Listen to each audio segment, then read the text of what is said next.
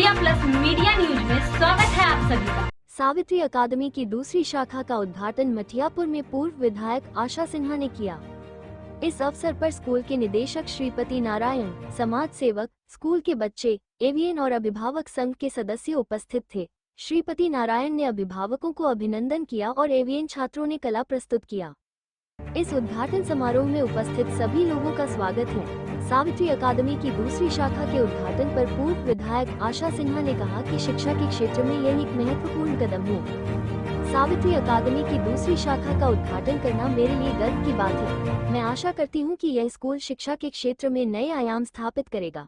श्रीपति नारायण ने कहा कि हम शिक्षा के क्षेत्र में नए प्रयोग करने के लिए प्रतिबद्ध हैं। हम शिक्षा के क्षेत्र में नए प्रयोग करने के लिए प्रतिबद्ध हैं। हम छात्रों को गुणवत्तापूर्ण शिक्षा प्रदान करने के लिए प्रतिबद्ध हैं। इस उद्घाटन समारोह का समापन हुआ। सावित्री अकादमी की दूसरी शाखा को शुभकामनाएं।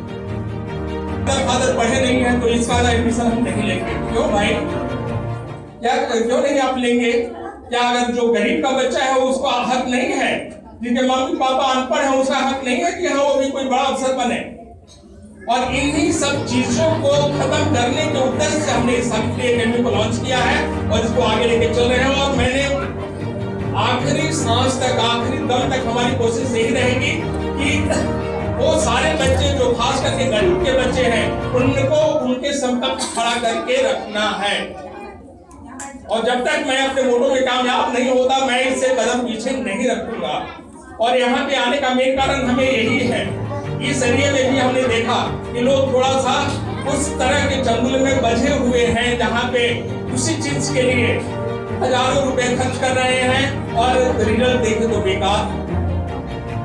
अब यही आप कई स्कूल हैं हमारे पास आते हैं, हमारे पास ट्यूटोरियल सेंटर की व्यवस्था है, आते हैं ट्यूशन वगैरह के लिए, हमारे बच्चे उनसे बेहतर हैं। चार्ज देखिए 2500 3000। मैं यही बोलता हूँ कि जो चीजें हमें सपोज मान लिया कि 500 में जो चीजें हमें मिल रही है तो जरूरी है कि उसी सेम चीज के लिए हम 2500 दें, 3000 दें, 5000 दें। तो थोड़ा सा ये चीजें आप लोगों को खुद सोचने की जरूरत है। और मैं यही चाहता हूँ कि आप आइए, आपके लिए हमने यहाँ पे हमारे टीचर्स लोगों का ही ऐसा वो था ऑप्शन जो होते हैं ना, एक ऑप्शन इन्होंने दिया था कि हाँ सर ऐसा करते हैं। तो जो भी यहाँ के पेरेंट्स हैं जो हमारी जहाँ तक आवाजें सुन रही हैं, आप हमारे पास आइए, मत एडमिशन कराइए। आप 10 दिन तक अपने बच्चों को क्लास में भेजिए।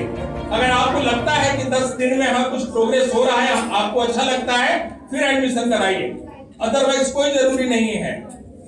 अगर आप सेटिस्फाइड नहीं है, हमारा पहला मोटिव है कि बच्चों के साथ साथ पेरेंट्स सेटिस्फाइड होने चाहिए। और अगर पेरेंट्स सेटिस्फाइड नहीं है तो फिर बच्चों को हम चाहे कुछ भी कलेक्टिव बना दे, कोई फायदा नहीं। तो हमारा पहला वो है कि आप 10 दिन अपने बच्चों को भेजिए। अगर आपको लगता है कि हाँ ये हम अच्छा इंस्टीट्यूट नहीं है, जैसा बोला वो वैसा काम नहीं कर रहे हैं, तो फिर नो नीड। आप देखिए कहीं भी आपको कोई जरूरत नहीं है, सावित्री एकेडमी है, चलेगी, थोड़ा सा धीरे धीरे कदमों से चलेगी, लेकिन अपनी मंजिल तक तो जरूर पहुंचेगी। हमें बहुत ज्यादा जल्दी नहीं है, क्योंकि जो जल्दी छलांग लगाते हैं उन्हीं को सबसे ज्यादा नुकसान होता है। तो हमारा मकसद है कि स्टेप टू स्टेप हम आगे बढ़ें और अपने बच्चों को अपनी मंजिल तक जरूर पहुंचाएं। ठीक है जी। तो पहला तो आपका है, पहली ऑफर कहिए या दो कहिए। दूसरी ऑफर है कि सबसे मिनिमम 400 और 500 रुपए आज के समय में कुछ नहीं है। और यहाँ पे हमने इसीलिए थोड़ा सा एरिया को देखते हुए मात्र 400 रुपए से स्टार्ट किया है। आप सबको पता है कि हाँ क्या उसकी वैल्यू है। तो देख इसके बाद थर्ड क्या है कि आप 3 बजे, हर किसी के बस की बात नहीं होती, लेकिन इसके बारे में आप लोग अच्छे जानते हैं। बस मेरा एक रिक्वेस्ट है आप लोगों से, आप इस संस्था से एजुकेशन ले रहे हैं, अच्छी बात है, लेकिन इस संस्था के एजुकेशन सिर्फ इस बात के लिए नहीं, इससे ये प्रेरणा लेनी चाहिए कि हर किसी का जितना संभव हो सके उतना मदद करना चाहिए। एजुकेशन का उद्देश्य सिर्फ पैसा कमाना नहीं होना चाहिए। एजुकेशन का उद्देश्य दूसरों की मदद। अगर प्रण लेते हैं हम कि दिन भर में एक व्यक्ति का भी मदद करें, छोटा सा, कोई जरूरी नहीं है कि बड़ा मदद करें, छोटी सी मदद जिसमें पैसे भी खर्च ना हो, और वैसे अगर समाज बनाते हैं ना, तो वो समाज जो होगा वो समाज गहरापन का होगा। आज का समाज आप देख रहे हैं कैसा हो रहा है, दिन प्रतिदिन समाज कैसा होता जा रहा है, स्वार्थ से भरा है, सब कोई अपने लिए जी रहा है। इस बीच में अगर एक पल, छोटा सा पल अगर दूसरों के लिए जीते हैं, तो वो समाज जो बनेगा ना, वो बड़ा अच्छा समाज बनेगा। और इस समाज को बनाने में हम सब आपके साथ हैं। हम जितना हो पाएगा, जितना संभव हो पाएगा, चाचा जी भी हैं, आंटी भी हैं, माँ भी हैं, चाचा, सब लोग इस समाज को बनाने में जुड़े हुए हैं। लेकिन ये समाज दिन प्रतिदिन अपना अस्तित्व अपना खोता जा रहा है। तो इस बात का ध्यान में रखते हुए बस प्रयास करिए कि जितना हो सके दूसरों के लिए जिए, अपने लिए सब कोई जीता है। धन्यवाद।